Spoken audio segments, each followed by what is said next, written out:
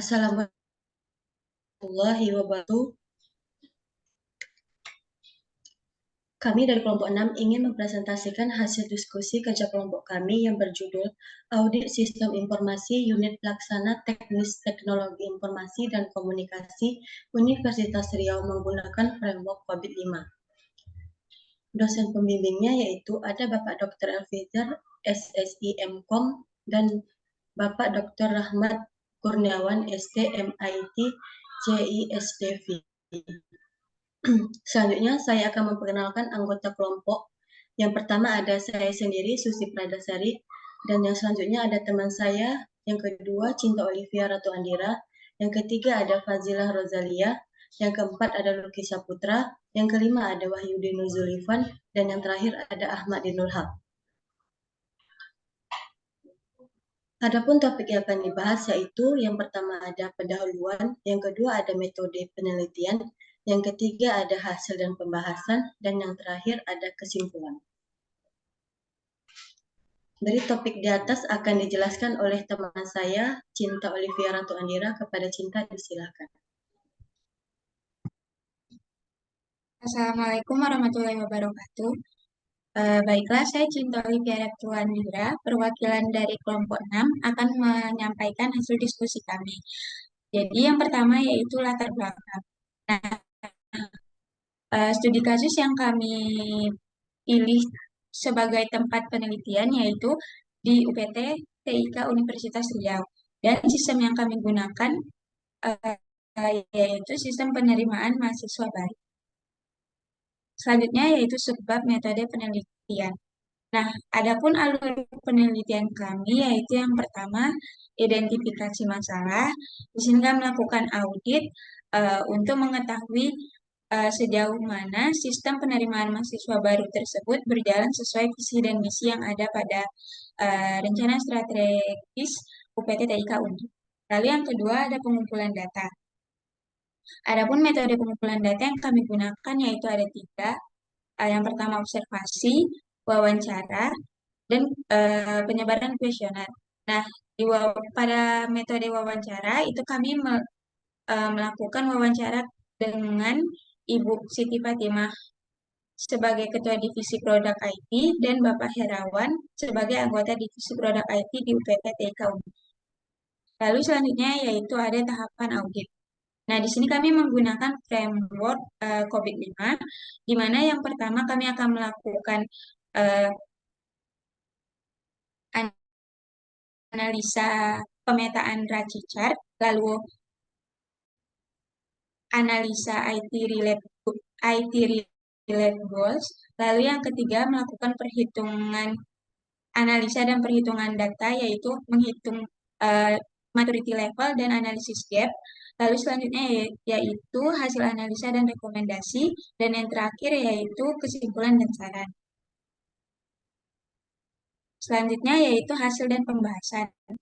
Nah, di sini terdapat tabel hasil pemetaan RACI chart menggunakan framework COVID-5.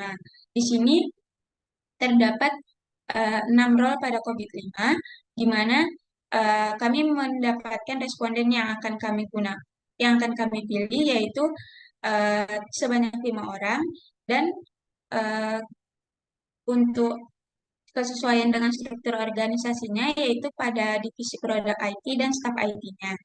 Dan setelah itu kami melakukan pemetaan IT Relate Goals, di mana domain yang kami pilih yaitu APO 12 tentang Risk Management dan DSS 05 yaitu mengenai Security Management. Selanjutnya, kami melakukan perhitungan tingkat kematangan pada domain APO 12 dan DSS 05. Setelah dilakukan perhitungan, kami mendapatkan nilai maturity level pada APO 12 yaitu sebesar 0,71, di mana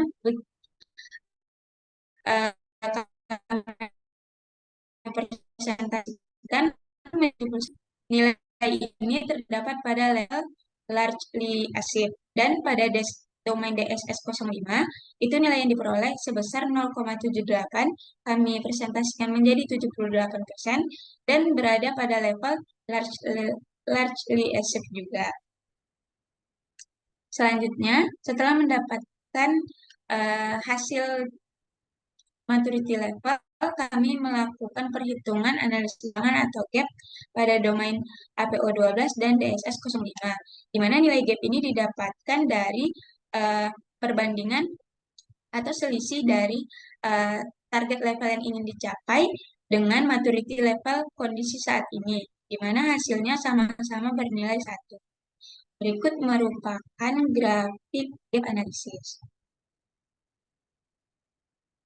Selanjutnya, yaitu setelah melakukan perhitungan tersebut, kami memberikan rekomendasi kepada pihak UPTTIK, di mana di sini ada 6 rekomendasi. Yang pertama, perkiraan kerugian atau keuntungan terkait pertimbangan faktor risiko. Yang kedua, melakukan penyesuaian secara cepat dan efektif terhadap risiko yang terjadi. Yang ketiga, melakukan keterlibatan pemangku kepentingan dalam manajemen risiko. Yang keempat, peninjauan dan evaluasi saran keamanan sistem dari layanan vendor. Yang kelima, pelatihan berkala mengenai malware. Yang terakhir yaitu peninjauan manajemen secara berkala terhadap semua akun dan hak istimewa yang ada. Selanjutnya yaitu bagian kesimpulan.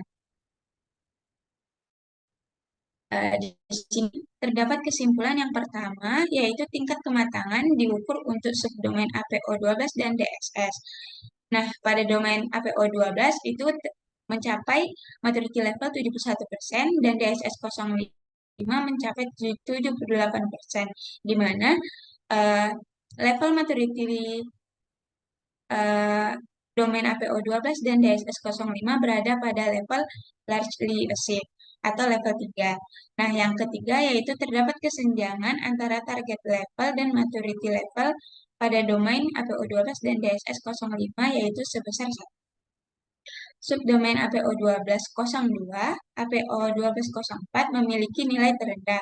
Demikian juga dengan DSS0501 dan DSS0504.